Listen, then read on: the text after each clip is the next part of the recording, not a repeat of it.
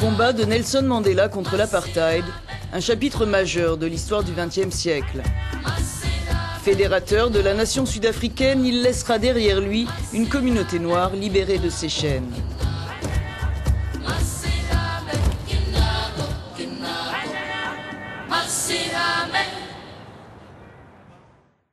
L'émancipation de ceux qui constituent 80% de la population du pays n'a pourtant pas triomphé des inégalités. Seule une minorité parmi eux a conquis les rênes du pouvoir économique. Installé au cœur d'un quartier huppé de Johannesburg, ce restaurant est la fierté de Mandisa. Elle est de ceux que l'on appelle ici les diamants noirs. En exil pendant les années d'apartheid, elle est rentrée après la libération de Mandela pour faire carrière dans la finance. 10 ans plus tard, un prêt de l'une des agences chargées de favoriser la création d'entreprises au sein de la communauté noire lui a permis de réaliser son rêve. Des gens m'ont dit, ne dis pas que tu es propriétaire de l'entreprise, parce qu'une fois qu'ils sauront que ça appartient à une personne noire, certains pourraient mal réagir. J'ai dit non, non. Je me suis tant battue pour cela. Il est hors de question que je ne dise pas que je suis la propriétaire. Les gens qui ont peur de saisir les opportunités devraient lâcher prise et saisir les opportunités qui sont là et voir si ça marche, à condition d'être prêt à travailler dur.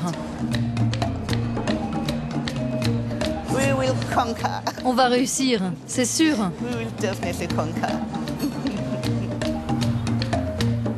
À quelques kilomètres de Johannesburg, la métamorphose du township de Soweto, qui fut au cœur de la lutte anti-apartheid, témoigne des changements survenus en 20 ans.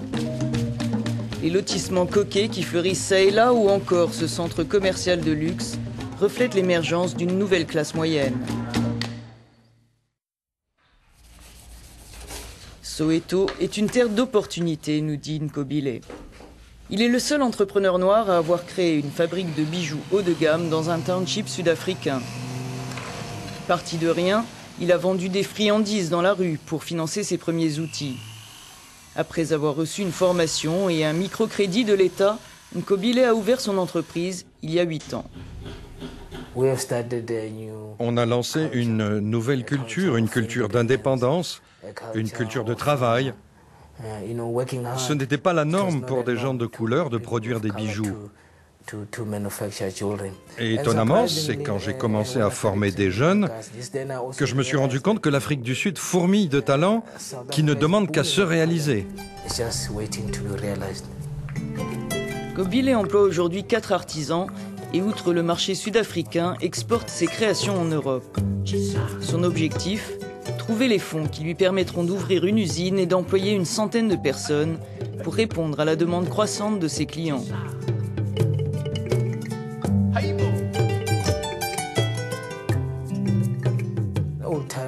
Les anciens dans la rue me disent « Nkobile, on aime ce que tu fais parce que c'est pour cela qu'on s'est battu.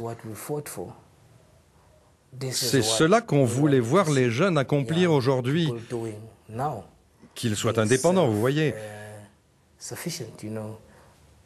et ne dépendent plus d'un maître comme il y a 20 ans, vous savez. » À Soweto comme ailleurs, la liberté acquise sous l'égide de Mandela n'a pas été synonyme de prospérité pour tous. Direction le township d'Alexandra, qui cristallise les problèmes dont souffre aujourd'hui une grande partie de la communauté noire. Manque d'infrastructures, services publics défaillants, chômage endémique, manque de logement, les maux des habitants d'Alexandra reflètent les réalités d'un pays où la pauvreté touche 60% des familles noires.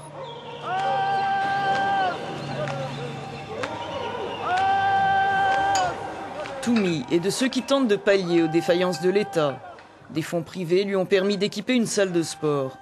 Il veut sortir les jeunes des griffes de la drogue, de l'alcool et de la délinquance qui sévissent dans les rues d'Alexandra. Ici, la communauté manque de tout, dit-il.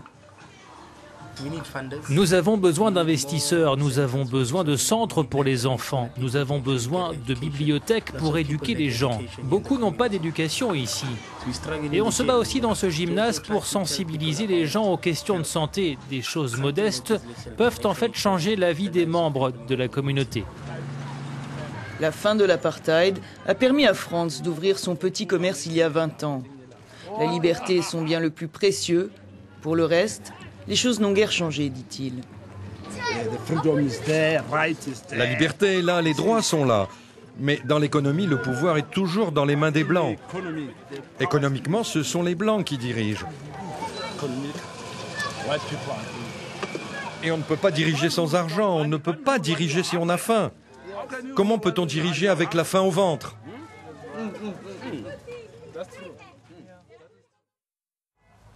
Si l'apartheid a disparu, une autre forme de discrimination sévit dans les townships sud-africains, comme ici à Diepsloot, où une partie de la communauté s'en prend aux immigrés africains. À une quarantaine de kilomètres au nord de Johannesburg, des milliers de familles sont entassées dans les bidonvilles de Diepsloot. Parmi elles, de nombreux immigrés venus du Zimbabwe, d'Éthiopie, du Mozambique, du Ghana ou encore du Pakistan.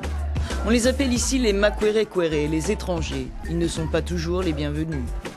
Violences verbales ou physiques, incendies, pillages, les agressions à leur encontre sont fréquentes dans les townships de ce type. Récemment, 2 hommes ont été tués à Diepsloot. Plusieurs dizaines de boutiques, comme celle de Daniel, venu d'Éthiopie, ont été saccagées et dévalisées en toute impunité. J'ai tout perdu. Ils ont cassé la porte. Ils ont même volé les étagères. Ils n'ont même pas laissé une petite cuillère ici. Ils ont volé tout l'argent. Et quand on appelle la police, ils ne peuvent rien faire, ils s'en vont. On n'est pas en sécurité, même notre vie est en danger. Artiste et slameur, Abel, lui, a fui le Zimbabwe, où il militait contre le régime de Robert Mugabe. Les gens viennent de l'extérieur de l'Afrique du Sud en pensant que l'herbe est plus verte ici, mais elle n'est pas si verte. On vit dans la peur. On ne sait pas de quoi sera fait demain.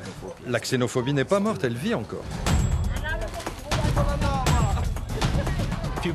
Les gens sont frustrés parce que le gouvernement ne fait pas ce qu'il faut et les gens sont au chômage.